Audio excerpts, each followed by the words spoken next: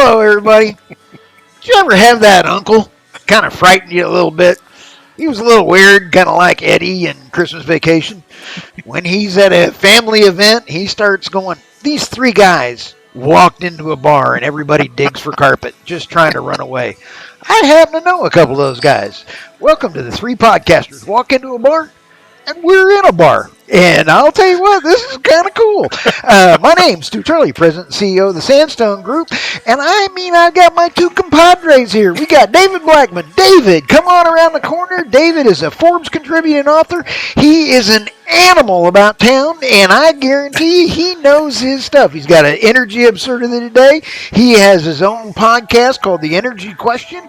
It is going through the roof, dude. Congratulations. It's about time. Are you paying all your listeners? Yeah, absolutely. Bribes are not beyond me at all. All right. No, that's coming in too, right? Yeah, right, exactly. By the way, we got new sponsors. Yeah, new sponsor, U.S. Oil and Gas Association, with my good friend I'm not Tim playing Stewart. with you there, dude. I've had a 25-year association with the U.S. Oil and Gas, and nice, great group out of Washington D.C. They do wonderful work on behalf of the oil and gas industry, and thrilled to death to have them as a sponsor. All right, RT, the RT. Not only is he the RT, he's RT the third. Anyway, RT's one of them big dogs over there at Pecos operating. And RT is also a podcast host of The Crude Truth. The Crude Truth is also going nuts. How do I know that? I look at the reports. Yeah. So, welcome, RT. Oh, thank you. Thank you for having me, as always, on the show. And I can't believe we're actually out and about. I got, both of y'all are out of y'all's bunkers. Yeah, and, I'm on my third drink already. I know. Now I see why y'all don't come out of y'all's bunkers very often. The security here is extra tight, and I thought it was for you guys, but it's for you guys to stay calm. I thought y'all had security, but no. It's so that y'all don't act up. So I couldn't believe that. David's reputation precedes. Yeah, it's crazy. Yeah. We're walking around the streets of Fort Worth, and people just get out of his way. I was like, what the heck? I had that on the way in. My hat for our podcast listeners said, trespassers will be shot. Now, I got this in Vegas a long time ago, and it says, offered a shot in about almost nothing. Yeah. And I had somebody look at me when I looked at them and smiled, and they went, Well, I'll tell you this. It's coming around the corner for First Energy here, dude. Well, I tell you, first of all, I got to say we'll do a quick shout out not only to the city of Fort Worth for allowing you two to come into town, but also to the old Flying Saucer here downtown Fort Worth. It's been here in Fort Worth for almost 30 years now. And so thank you to Josh, who's the general manager, for allowing us to come in here. And I know that there's several E&P companies and operators and people that are landmen and geologists that like to come here after work. So thank you to them for allowing us to be here this afternoon. Sounds great. Yeah, it's awesome, man. Fantastic. Well, David, I'm a stalker of yours. I got lots of those. Yeah, and it's so much fun when you're on Twitter with the Energy News. The Energy Absurdity of the Day. My root beer got me kind of wiped out there. Sorry, that was Energy Absurdity of the Day. That is absolutely a hoot. Normally, I steal your stories from Forbes, though. I go kind of like, look, and then I put that on my news site. So good. What is your Energy Absurdity going on right now? Oh, well, today is about a column written by Paul Krugman. Apparently a Nobel-winning economist who's wrong about everything and has been wrong about everything for about 30 years now. At the New York Times, he's delving into climate change today, advocating that Democrats start politicizing the weather.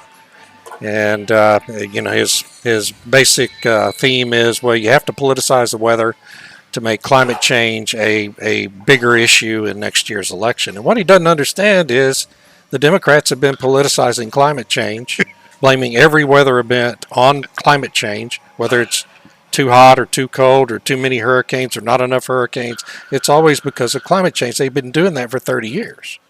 So it hadn't really helped. So I whatever. It's Paul Krugman, and I just like to make fun of him. So it was a good piece. I'm glad you specified weather and climate change are the same thing, because that's what I'm sitting there going like, aren't they the same thing? So what, is he wanting now all the pretty weather ladies to start politicizing it on the 10 o'clock news at night, They do or that. what? They do that. I mean, about 3 years ago, remember you would see the weather map, and if the temperature was moderate, it'd be colored in green, right? Right. They'll say it's 80 degrees in May. The map would be green with a spot here or two of orange, indicating it's a little warmer. Now it's all red. It's all bright red. Everything's bright red every day until winter, and then it's all frosty blue. I saved out somebody's picture on Twitter, and that will be in the show notes, because it is 10 years ago and now. Yeah. And I mean, I get a sunburn just by looking at the new map. I mean, crazy, it's man. just ridiculous because it's so red. Yeah. Yeah, it's wild. It's a shame. I wish it wasn't happening. And the irony is that every time there's a cool front in September, and conservatives start talking about, well, hey, is this global warming too? If the heat was global warming, why isn't this global warming or climate change? And then they point fingers and say, well, you're politicizing weather now. Well, now you got Paul Krugman saying, well, this needs to be our strategy for 2024. Now, is Paul Krugman related to Gutfeld? Always picks on The View. So isn't he one of The View's brother-in-laws? Oh, I don't know. I have no idea. Okay, I was just checking. I don't watch The View. I've never watched an episode. The only reason I watch The View is when Gutfeld's picking at him. Okay. I see the clips on Twitter sometimes. Oh yeah, no. I mean, shoot. Sometimes I wonder if Fox and ABC have a deal, because I mean they talk about The View so much and all the other people. It's like, guys, let's stop talking about them. Maybe that might help out. Why don't we have 3 podcasters visit The View? What do you think, guys? Oh, that would be a hoot. Man. I don't know.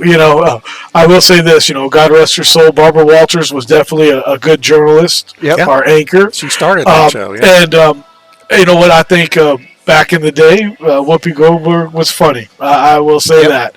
I like her and Ghost and a few others. I would like to think too. One time, a long time ago, I would like to think, hey man, I could have a beer with Whoopi. Just to talk. But nowadays, I don't know, man. I think that beer would end up over my head in about 5 seconds. That's what I'm saying. Yeah. That's what I'm saying. It's like, because you should be able to talk to anybody. It's like we always talk about, and I preach. It's like, hey, you should be able to have any kind of conversation.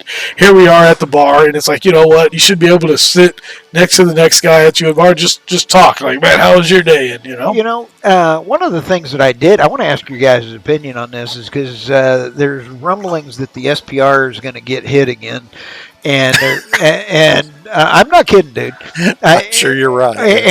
And one of the things about the article that I read yesterday on the SPR is that because we've been taking in, taking out, the storage domes on the Gulf Coast are deteriorating. Right.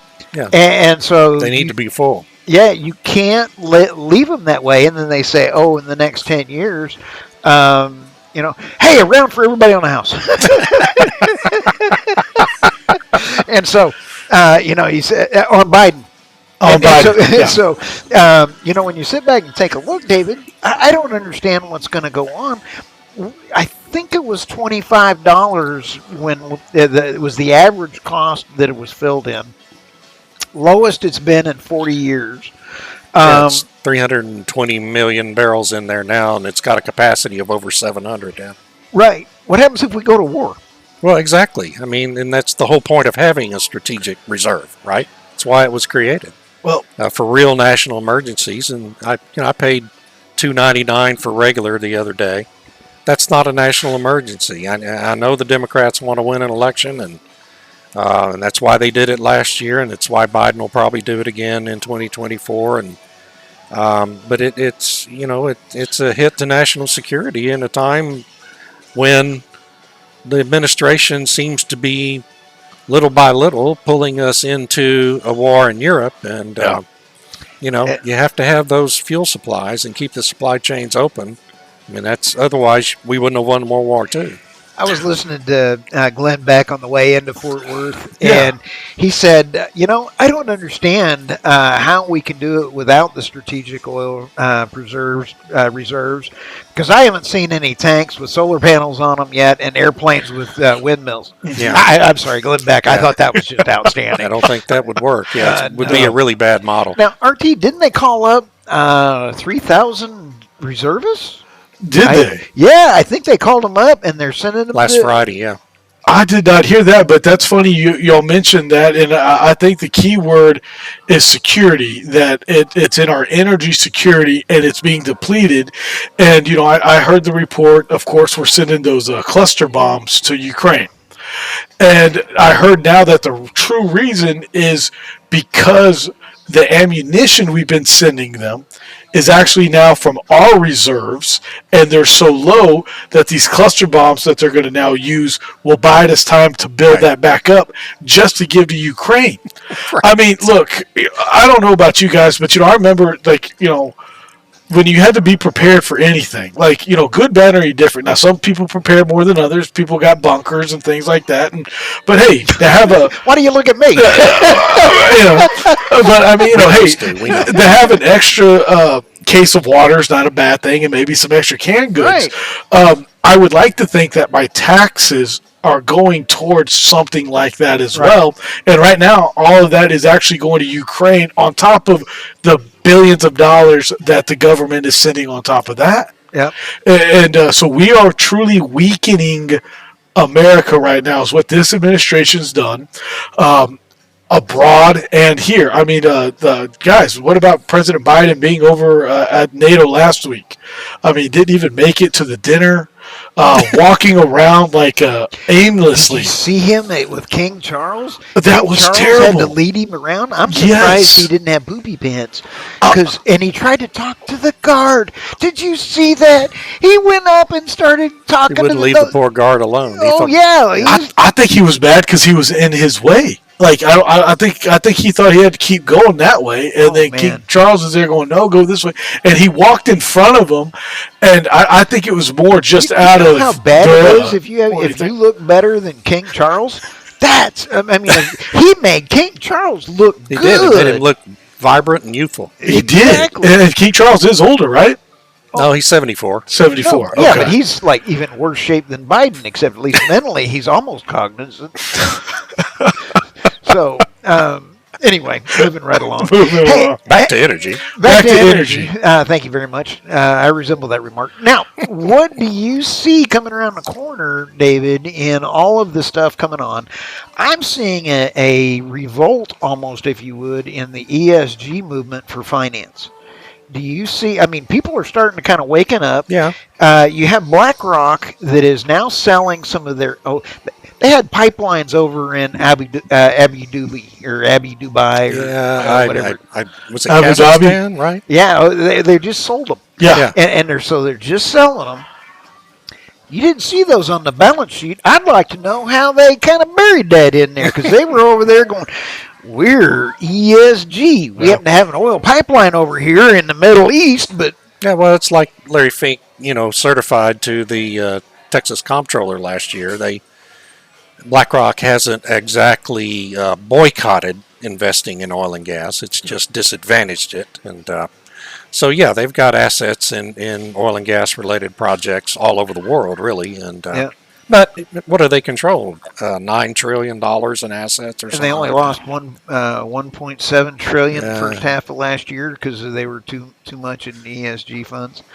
But RT, with that kind of waking up into the ESG funds, do you think that's going to be easier for E&P operators to get money into CapEx? Well, I would like to hope so. I know right now, people are still a little worried. The biggest thing I get is well, aren't you afraid oil's going away? That is still the big, and it's guys, and some of these people are very smart, and they don't mean is it going to go away. They mean it's a government that is it going to? It's guys, they can't stop it today. I mean, because if they did, our headsets that we got on today are gone. Who was it? Was it Dr. Tom Singh on LinkedIn or no? somebody just did a whole list of everything that we use on a daily basis that's made from a petroleum product. And it's Yep. like, you know, like, did y'all see the report that protesters in Germany super glued themselves to the tarmac at like local airports? And it's like super glue. No, it was cement on one of them. Okay, it was cement. And they had to jackhammer them. Okay, shut up. It was cement. But it's like that takes a petroleum product to make, for goodness Oh, yeah. sakes. It's Cement. like you